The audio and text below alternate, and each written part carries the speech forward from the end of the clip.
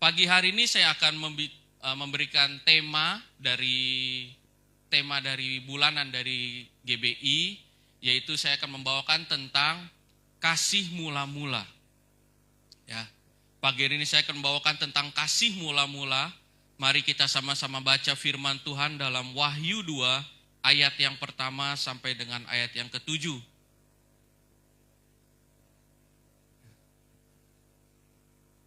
Wahyu 2 ayat yang pertama sampai ayat yang ke-7, nanti kita baca secara bergantian.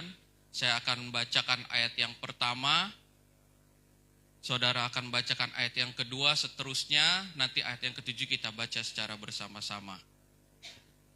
Yang sudah dapat firman Tuhan boleh katakan amin. Mari saya akan baca terlebih dahulu.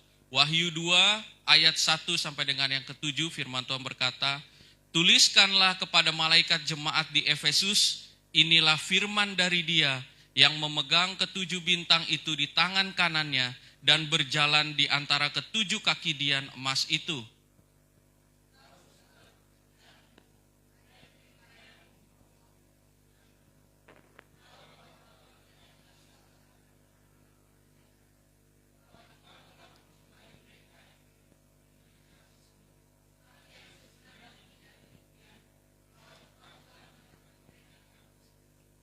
Dan engkau tetap sabar dan menderita oleh karena namaku, dan engkau tidak mengenal lelah.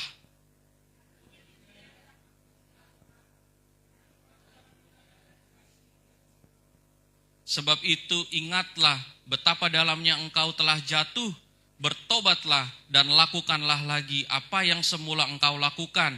Jika tidak demikian, aku akan datang kepadamu dan aku akan mengambil kaki dianmu dari tempatnya, jikalau engkau tidak bertobat."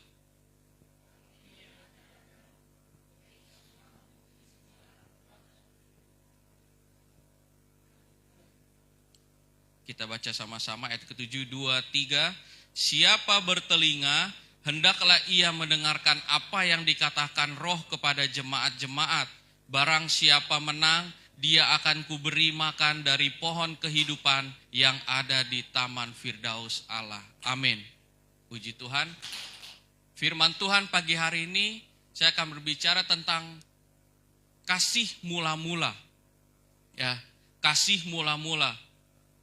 Firman Tuhan yang kita baca dalam Wahyu adalah firman Tuhan yang diberikan kepada jemaat di Efesus. Ya. Firman Tuhan yang diberikan kepada jemaat di Efesus. Dikatakan bagaimana jemaat di Efesus itu dia tidak mengenal lelah. Ia dapat membedakan mana yang salah. Ia juga selalu bertekun. Ya. Tetapi di ayat keempat firman Tuhan katakan, ya, "Namun demikian aku mencela engkau karena engkau telah meninggalkan kasihmu yang semula." Wow. Saya percaya setiap kita yang hadir pada pagi hari ini tidak mau sama seperti jemaat di Efesus. Ya. Kita boleh datang beribadah setiap minggu, ya, kita boleh bertekun. Tetapi Tuhan bilang apa? Ya, "Aku mencela karena engkau telah meninggalkan kasih yang mula-mula itu." Saya percaya kita semua tidak ingin sama. Ya, karena itu sangat penting bagi kita untuk hidup di dalam kasih yang mula-mula. Penting bagi kita untuk hidup dalam kasih yang mula-mula. Apa sih kasih mula-mula itu?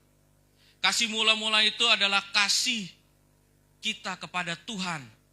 Ya, pada saat kita pertama kali kita lahir baru, pertama kali kita bertobat, pertama kali kita percaya Yesus, pertama kali kita berjumpa dengan Tuhan. Kasih mula-mula berbicara tentang kasih kita kepada Tuhan dengan segenap hati kita. Kasih yang tulus, ya, kasih yang tanpa syarat, kasih yang tidak menuntut, kasih agape. Kasih mula-mula itu berbicara tentang keintiman kita sama Tuhan. Ya. Kita harus hidup di dalam kasih mula-mula itu. Ya. Kita harus mengasihi Tuhan lebih lagi dengan segenap hati kita. Kalau kita sekarang sudah berapa lama kita menjadi seorang Kristen? Ya. ada yang 1 tahun, 5 tahun, 10 tahun, ada yang dari lahir. Pertanyaan sekarang, bagaimana kasih kita kepada Tuhan? Apakah kita masih menjaga kasih mula-mula itu di dalam Tuhan? Ya. Karena kalau kita tidak menjaga kasih mula-mula di dalam Tuhan, kalau kita tidak menghidupi kasih mula-mula kita kepada Tuhan, dia perlahan-lahan akan pudar. Perlahan-lahan akan pudar. Perlahan-lahan akan pudar. Bahkan firman Tuhan katakan kepada jemaat Efesus, kamu telah kehilangan kasih yang semula itu. Jangan sampai sekarang ini kita juga kehilangan kasih mula-mula itu. Ya, kasih mula-mula itu kasih yang haus, lapar, rindu untuk selalu bersekutu dengan Tuhan. Untuk lebih lagi dengan Tuhan. Kasih mula-mula kasih yang tanpa syarat, tanpa paksaan. Artinya apa? Dalam kondisi apapun, kita tetap mengasihi Tuhan secara sungguh-sungguh dari hati kita. Itulah kasih mula-mula. Banyak orang saat ini, ya, kasihnya itu karena pas lagi baik-baik aja. Pas lagi enak aja. Ya, kalau orang Kristen bilang pas lagi berkatnya banyak, kasihnya banyak. Tetapi saya ingin katakan sekali lagi, kasih agape, kasih mula-mula itu adalah kasih tanpa syarat, kasih tanpa tuntutan, kasih yang tulus kepada Tuhan. Walaupun kondisi kita sekarang mungkin sedang sulit, ya. Pujian tadi mengatakan banyak hal yang gak kita mengerti saat ini dengan kehidupan kita. Mungkin kita merasa kenapa kok rasanya sulit? Kenapa kok rasanya pergumulan ini sulit untuk kita lewati? Tetapi karena kasih mula-mula itu dalam hati kita, ya, kita mampu dikuatkan, diteguhkan oleh Tuhan. Karena kita mengandalkan Tuhan secara sungguh-sungguh. Karena mata kita fokus tertuju kepada Tuhan. Bukan kepada hal-hal dunia. Ya. Kalau orang dunia bilang kalau lu bisa baik sama beta, beta bisa lebih baik dari lu. Tapi kalau lu lebih jahat dari beta, beta bisa lebih jahat lagi sama lu. Itu orang dunia bilang. Tapi kalau anak Tuhan enggak, kasihilah musuhmu, berdoalah untuk dia. Amin. Karena itu kasih mula-mula itu harus ada dalam hidup kita. Harus selalu kita hidupi. Jangan biarkan kasih mula-mula itu pudar. Jangan biarkan kasih mula-mula itu padam. Ya. Dari firman Tuhan ini kita belajar tentang kasih mula-mula. Kita tidak boleh meninggalkan relasi hidup kita. Ya. Kita tidak boleh meninggalkan relasi hidup kita dengan Tuhan. Terus jaga keintiman kita dengan Tuhan. Ya. Mengasihi Tuhan dengan hati yang benar. Mengasihi Tuhan dalam roh dan kebenaran. Amin. Kita mau mengasihi Tuhan. Pagi hari ini tentang kasih mula-mula saya akan membawakan 3 poin. Ya. Bagaimana kita bisa menghidupkan kembali kasih mula-mula itu. Yang pertama, kita harus mendiagnosis kesalahan kita. Wah, ini udah pakai bahasa medis. Mendiagnosis kesalahan kita. Ayat 4 firman Tuhan katakan, namun demikian aku mencela engkau, karena engkau telah meninggalkan kasihmu yang semula. Artinya apa? Secara tanda kutip, jemaat di Efesus terdiagnosis, dia telah kehilangan kasihnya yang semula. Kita harus mendiagnosis kesalahan kita, ya. Dalam arti apa? Kita harus introspeksi lagi. Bagaimana kasih mula-mula kita kepada Tuhan? Bagaimana keintiman kita sama Tuhan? Bagaimana hubungan kita sama Tuhan? Ketika kita mengetahui kesalahan kita, kita rasa saat-saat ini kita mulai pudar kasih mula-mulanya sama Tuhan. Saat ini kita rasa kita mulai lebih sibuk dengan pekerjaan kita. Kita rasa saat ini kita lebih sibuk dengan hal-hal pribadi kita. Saat ini kita lebih sibuk dengan hal-hal yang membuat kita akhirnya tidak punya waktu untuk Tuhan. Kita harus mampu mendiagnosa itu. Kita harus mampu mengintrospeksi itu. Ya. Jangan sampai justru malah kita sibuk dalam pelayanan kita dengan Tuhan. Tetapi kita tidak punya waktu untuk Tuhan. Banyak yang sekarang justru yang lebih sibuk dengan pekerjaan Tuhan, lebih sibuk dengan pelayanan, tetapi dia tidak punya waktu intim dengan Tuhan. Ketika kita melayani Tuhan, kita juga harus punya hati kasih mula-mula kita sama Tuhan. Karena ketika kita melayani, Roh Kudus yang memberikan hikmat. Karena ketika kita melayani, Roh Kudus yang mengurapi kita. Kita melayani bukan karena kuat hebat kita. Melayani bukan karena kepintaran kita. Ya, tetapi kita melayani karena kasih karunia Tuhan dalam hidup kita. Karena itu terus kita harus hidupi kasih mula-mula itu. Ya. Kita harus mendiagnosa kesalahan kita. Bagaimana kasih mula-mula kita? Apakah kita tetap kasih mula-mula kita sampai hari ini tetap terjaga? Ataukah kasih mula-mula kita mulai pudar dengan Tuhan? Sekali lagi saya katakan kasih mula-mula juga berbicara tentang keintiman, relasi kita dengan Tuhan. Ya. Artinya apa? Kalau kita menghidupi kasih mula-mula itu dalam hidup, dalam hati kita, maka kita akan selalu rindu dekat dengan Tuhan. Kita selalu rindu untuk bertemu dengan Tuhan. Kita selalu rindu untuk bersekutu dengan Tuhan. Ya. Kalau kita bicara selalu rindu untuk bertemu dengan Tuhan, ya. Kita tahu, ya sama-sama kita tahu. Rindu itu artinya apa?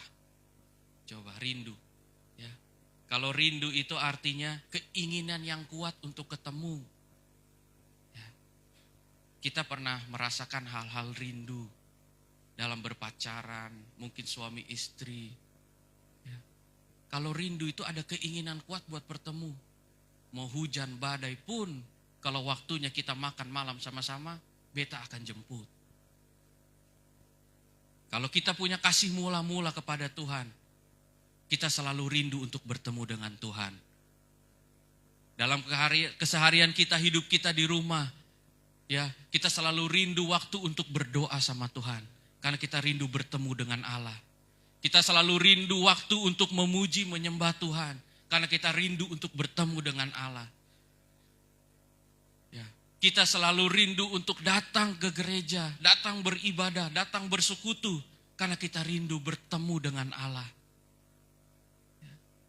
Kasih yang mula-mula itu dia rindu dengan Allah. Punya keinginan yang kuat. Ke gereja bukan hanya untuk cari berkat. Ya, tetapi lebih dari itu. Karena kasih mula-mula kita kepada Tuhan. Kita ke gereja, kita rindu untuk bertemu pribadi dengan Tuhan. Amin. Kita rindu dilawat Tuhan. Ya. Dalam Mazmur 42 ayat yang kedua sampai ayat yang ketiga firman Tuhan berkata, seperti rusa yang merindukan sungai yang berair, demikianlah jiwaku merindukan Engkau ya Allah. Jiwaku haus kepada Allah yang hidup. Bilakah aku boleh datang melihat Allah? Wow. Kalau kita punya menghidupi kasih mula-mula, kita seperti rusa yang rindu, haus untuk berjumpa dengan Allah. Amin. Karena itu kita harus miliki kasih mula-mula, ya. Jangan sampai justru malah kita kehilangan kasih mula-mula dalam kitab Wahyu yang kita baca tadi, ya.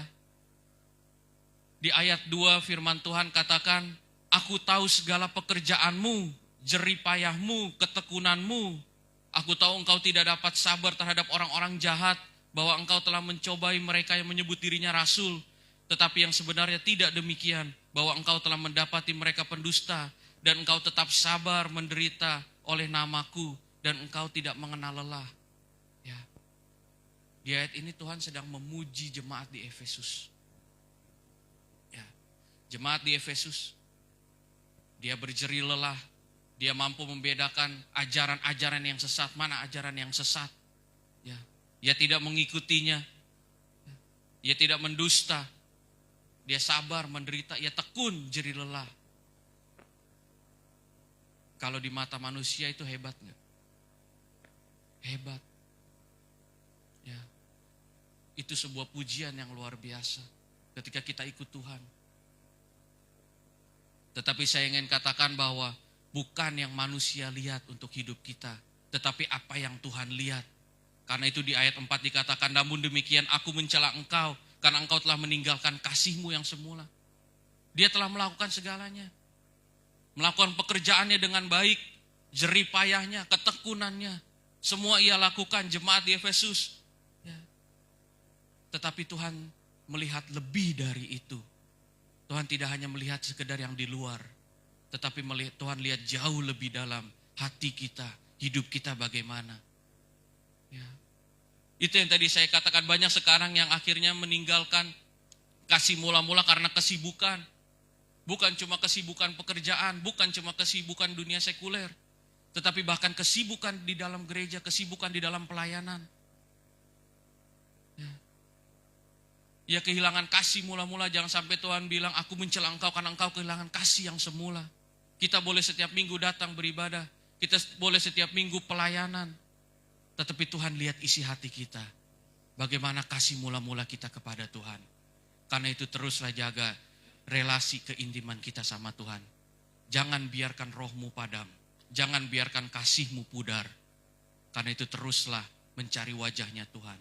Seperti rusa yang haus, yang rindu untuk akan aliran sungai. Begitu juga dengan hidup kita. Ya, rindu haus untuk selalu bersekutu dengan Tuhan. Ya, sehingga kita tidak lagi sibuk dengan hal-hal dunia. Ya, tetapi kita lebih memfokuskan hidup kita kepada Tuhan. Karena kita mau menghidupi kasih yang mula-mula itu dalam hidup kita. Kita mau menghidupi kasih yang mula-mula kepada Tuhan. Ya. Dalam Yesaya 29 ayat 13, firman Tuhan berkata, Yesaya 29 ayat yang ke-13, dan Tuhan telah berfirman, oleh karena bangsa ini datang mendekat dengan mulutnya dan memuliakan aku dengan bibirnya, padahal hatinya menjauh daripadaku, dan ibadahnya kepadaku hanyalah perintah manusia yang dihafalkan. Ya. Ayatnya terlihat sederhana. Ya. Tetapi kalau kita ngerti artinya, itu sangat menusuk, sakit. Ya. Bangsa ini mendekat dengan mulutnya dan memuliakan aku dengan bibirnya. Tetapi hatinya jauh daripadaku, dan ibadahnya hanyalah perintah manusia dihafalkan. Artinya apa? Ke gereja hanya sebatas rutinitas. Ke gereja hanya untuk mau cari berkat. Ya, cari Tuhan hanya mau cari berkat. Hanya karena ini sudah hari Minggu, waktunya kita harus ke gereja. Ya. Saya katakan sekali lagi, ketika kita menghidupi hati mula-mula, kita punya hati yang rindu untuk bertemu dengan Tuhan. Jadi ketika kita ke gereja, kita rindu untuk bertemu dengan Tuhan. Kita worship secara sungguh-sungguh, memuji Tuhan secara sungguh-sungguh, mendengarkan kebenaran firman Tuhan secara sungguh-sungguh, berdoa secara sungguh-sungguh. Itulah kasih mula-mula kita kepada Tuhan. Ya. Jangan sampai ke gereja itu hanya perintah yang dihafalkan, firman Tuhan bilang. Artinya apa? Hanya rutinitas. Rutinitas, ini hari Minggu. Tetapi lebih dari itu, kita harus lebih lagi mencari wajahnya Tuhan. Ya, bukan cari berkat, sekali lagi saya katakan, ya, tetapi cari Tuhan. Firman Tuhan katakan, carilah dahulu kerajaan Allah dan kebenarannya, maka semuanya akan ditambahkan kepadamu. Ya, berkat akan Tuhan berikan kepada kita, janji Tuhan. Setiap masalah kita akan Tuhan lepaskan. Ya, segala pergumulan doa kita Tuhan akan jawab. Tetapi carilah dulu kerajaan Allah dan kebenarannya. Cari Tuhan terlebih dahulu. Ya. Fokus hidup kita harus benar. Ya. Kita harus mengasihi Tuhan secara sungguh-sungguh. Karena itulah kasih mula-mula yang Tuhan inginkan dalam hidup kita. Jangan sampai kita kehilangan kasih mula-mula itu. Ya. Jangan sampai kehidupan dunia mempengaruhi kasih mula-mula itu. Ya. Yang membuat kasih mula-mula kita pudar itu adalah kehidupan dunia, kesibukan. Ya, itu membuat kasih mula-mula itu akhirnya pudar. Dan kita tidak bisa, kalau kita hidup di dalam dunia, ya, kalau hati kita di dunia, kita nggak bisa sungguh-sungguh sama Tuhan. Kalau kita masih, hati kita masih kehidupan di dunia, hidup secara duniawi. Dan itu firman Tuhan katakan juga dalam Yohanes, janganlah kamu mengasihi dunia dan apa yang ada di dalamnya. Jikalau orang mengasihi dunia, maka kasih akan Bapa tidak ada di dalam orang itu. Kasih di dalam dunia berbicara tentang apa? Ya, kasih di dalam dunia itu berbicara tentang self-centris, diri sendiri, keuangan, harta, jabatan, popularitas. Ya. Itu kasih di dunia yang dunia tawarkan. Ya. Firman Tuhan katakan, janganlah kita mengasihi dunia. Janganlah hidup kita berfokus hanya uang, uang, uang. Hidup kita berfokus hanya jabatan, jabatan, jabatan. Hidup hanya berfokus sama kita punya nama baik, nama baik, nama baik. Kalau kita mengasihi semua hal itu, firman Tuhan katakan, maka kasih akan Bapa tidak akan ada di dalam hidup kita. Karena itu kita harus betul-betul hidup dalam kasih karunia Tuhan. Hidup dalam kasih yang mula-mula kepada Tuhan. Ya. Sekali lagi poin yang pertama, saya katakan, mari diagnosa, introspeksi diri kita. Bagaimana kasih mula-mula kita dengan Tuhan? Apakah masih sama seperti dulu kita pertama bertobat, pertama terima Yesus, pertama lahir baru, yang terus haus, terus lapar, terus rindu untuk bertemu dengan wajah Tuhan? Kalau kira-kira kasih kita mulai pudar, mari kita bangkitkan, kita hidupkan kembali kasih mula-mula itu. Jangan biarkan kasih mula-mula itu padam. Jangan biarkan kasih mula-mula itu hilang dari hidup kita. Karena Tuhan tidak berkenan untuk itu. Amin. Mari kita introspeksi kita yang pertama. Yang kedua, ya, dalam Wahyu ayat yang kelima dikatakan, sebab itu ingatlah betapa dalamnya engkau telah jatuh, bertobatlah dan lakukanlah lagi apa yang semula engkau lakukan. Jika tidak demikian, aku akan datang kepadamu dan aku akan mengambil kaki dianmu dari tempatnya, jikalau engkau tidak bertobat. Yang kedua, ya, kalau kita mau menghidupi kasih mula-mula itu dalam hidup kita. Yang kedua, ayat 5 katakan, ingatlah, bertobatlah, dan lakukanlah. Ya. Kita ingat kembali bagaimana kasih Tuhan bagi hidup kita. Kita ingat kembali bagaimana kita pertama kali terima Tuhan. Kita ingat kembali apa saja yang Tuhan telah perbuat bagi hidup kita. Ya. Kita ingat kembali bagaimana kita dulu sungguh-sungguh mengasihi Tuhan.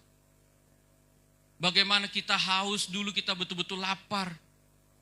Ya, untuk selalu bersekutu dengan Tuhan. Kalau kita mengingat itu semua, ya, setelah kita ingat, kita ambil keputusan untuk bertobat. Ya. Bertobat. Bertobat artinya apa? Bertobat artinya kita tidak hidup lagi di dalam dosa.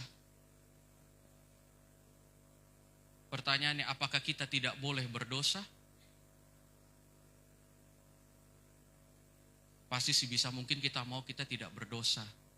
Tetapi kita masih hidup di dunia. Ya. Kalaupun kita jatuh di dalam dosa, kita harus bertobat sungguh-sungguh dan tidak melakukan lagi hal yang sama. Jatuh dalam dosa dengan hidup di dalam dosa, itu adalah dua hal yang berbeda. Jatuh dalam dosa, kita ambil keputusan untuk bertobat, kita sadar bahwa itu salah. Kita mau sungguh-sungguh merubah hidup kita. Tapi hidup dalam dosa, kita tahu itu salah, tetapi kita terus tinggal di dalamnya.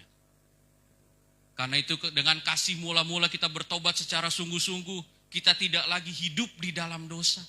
Tetapi kita bertobat secara sungguh-sungguh. Kalau tahu itu salah, kalau tahu itu dosa, jangan kompromi. Ya. Kalau kiranya kita jatuh dalam dosa suatu saat, kiranya kita kembali kepada Tuhan, bertobat secara sungguh-sungguh, mengaku kepada Tuhan, minta pemulihan dari Tuhan. Karena kasih karunia Tuhanlah yang mengampuni kita. Kasih karunia Tuhanlah yang memulihkan kita. Ya. Ingatlah, bertobatlah dan lakukanlah. Ya, kita harus melakukan hal-hal yang baik. Kita harus melakukan apa yang menjadi kehendak Tuhan bagi hidup kita. Ya, kalau kita sudah bertobat sungguh-sungguh, kita melakukan hal yang menyenangkan hati Tuhan dalam hidup kita. Kasih mula-mula itu membawa kita ya untuk melakukan hal-hal yang baik, artinya hal-hal yang menyenangkan hati Tuhan. Kita tidak menyakiti hati Tuhan. Tetapi apapun yang kita kerjakan menyenangkan hati Tuhan. Dan firman Tuhan katakan, apapun yang kita kerjakan, Tuhan buat itu menjadi berhasil. Ya. Kasih mula-mula, harus hidupi kasih mula-mula itu dalam hati kita. Ya. Jangan sampai kasih mula-mula itu mulai padam. Dalam 1 Yohanes 3 ayat 9-10 firman Tuhan katakan, setiap orang yang lahir dari Allah tidak berbuat dosa lagi, sebab benih ilahi tetap ada di dalam dia, dan ia tidak dapat berbuat dosa karena ia lahir dari Allah. Inilah tandanya anak-anak Allah dan anak-anak iblis. Setiap orang yang tidak berbuat kebenaran tidak berasal dari Allah. Demikian juga barang siapa yang tidak mengasihi saudaranya. Ya. Orang yang hidup di dalam kasih mula-mula, hidupnya di dalam kebenaran. Ya. Firman Tuhan jelas katakan, inilah tandanya anak-anak Allah dan anak-anak iblis. Ada dua. Anak-anak Allah dan anak-anak iblis. Ya. Setiap orang yang tidak berbuat kebenaran, berarti dia tidak berasal dari Allah. Kalau tadi ada dua, berarti kalau dia bukan dari Allah, dari mana? Dia dari iblis. Ya. Karena itu kita harus hidupi kasih mula-mula. Ya. Jangan kita terbawa emosi, jangan kita terbawa amarah. Ya. Kalau kita sedang ada dalam berkehidupan keluarga di dalam rumah, atau kita sedang ada di lingkungan kerja, ya, kalau ada pribadi yang menyulut kita kepada satu amarah, kepada emosi, menyulut kita kepada satu hal yang tidak membawa kita dalam damai sejahtera, percayalah itu bukan dari Tuhan. Karena Tuhan kita itu Tuhan yang maha pengasih. Dia rindu akan ada damai sejahtera. Ya, karena itu kita jangan kepancing. Kalau dalam rumah suami istri, satu udah mulai nantangin, satu mulai nada tinggi, jangan ikut nada tinggi juga. Ya. Dalam hati bilang, ini bukan roh Tuhan. Dalam nama Yesus. Ya. Karena Tuhan itu cinta, Tuhan itu cinta akan kasih. Tidak mungkin dia mau ada perpecahan di dalam rumah. Yang menginginkan perpecahan dalam rumah itu cuma setan, cuma iblis, firman Tuhan katakan. Jika tidak dalam kebenaran itu semuanya dari iblis. Ya. Jadi saya selalu katakan bahwa ketika kita ada masalah, mungkin saat itu orang tua marah-marahin kita, mungkin dengan makian. Ya. Katakan dalam hati kita, tengking dalam nama Yesus, itu bukan beta pumama dan Tuhan. Itu iblis yang telah menguasai dia. Tengking dalam nama Yesus. Lawan dengan roh, peperangan kita dengan roh. Bukan malah kita lawan dengan kita punya kata-kata juga.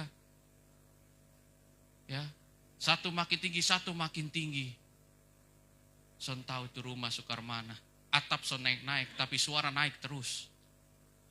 Ya. Tapi kalau kita anak-anak Tuhan hidup dalam kasih mula-mula kita dalam Tuhan, kita tahu hidup kita, rumah kita harus ada damai sejahtera. Dimanapun kita berada harus ada damai sejahtera.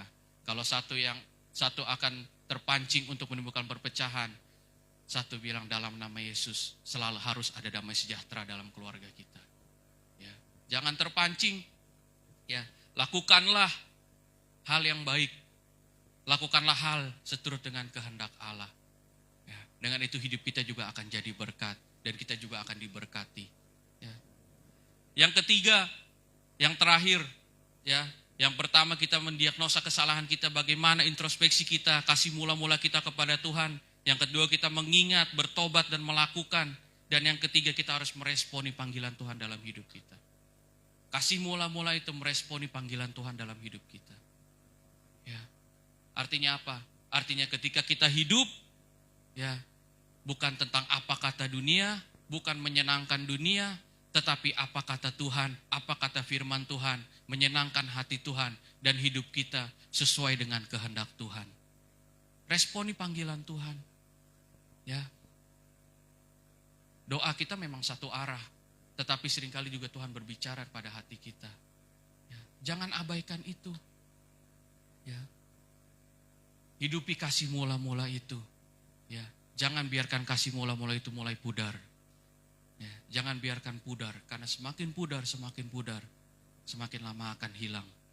Mari kita semua hidupi kasih mula-mula kita. Ya, kita yang sudah hidup dalam kasih mula-mula, kita harus terus taat, terus bertekun, terus setia kepada Tuhan.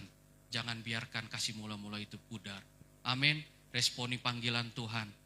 Hidup kita tulus, hidup kita kudus di hadapan Tuhan. Ya. Saya percaya ketika hidup kita, kasih mula-mula kita kepada Tuhan secara sungguh-sungguh, kita hidupkan kembali, maka ada gairah kembali kita untuk melayani Tuhan. Ada gairah kembali kita, ada semangat kita kembali, roh kita kembali hidup untuk selalu bersekutu dengan Tuhan. Amin. Roh kita hidup untuk kita lebih lagi bertumbuh di dalam Tuhan. Lebih lagi bertumbuh di dalam Tuhan. Hidup kita, rohani kita enggak stagnan itu-itu aja. Tetapi hidup kita, roh kita terus berkobar-kobar, menyala-nyala untuk memuji, mempermuliakan nama Tuhan. Amin.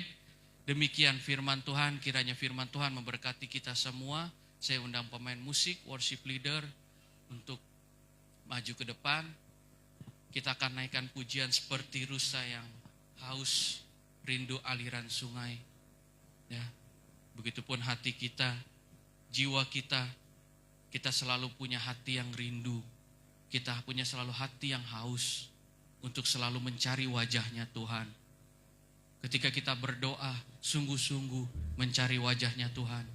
Ketika kita menyembah, sungguh-sungguh mencari wajahnya Tuhan. Ketika kita memuji, sungguh-sungguh cari wajahnya Tuhan. Ketika kita ke gereja, beribadah, bersekutu dalam persekutuan, kita sungguh-sungguh mencari wajahnya Tuhan.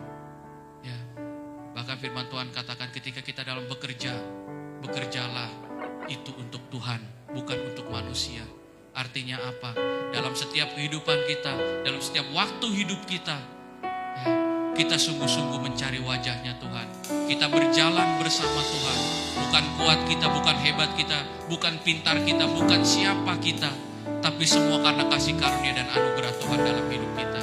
Amin.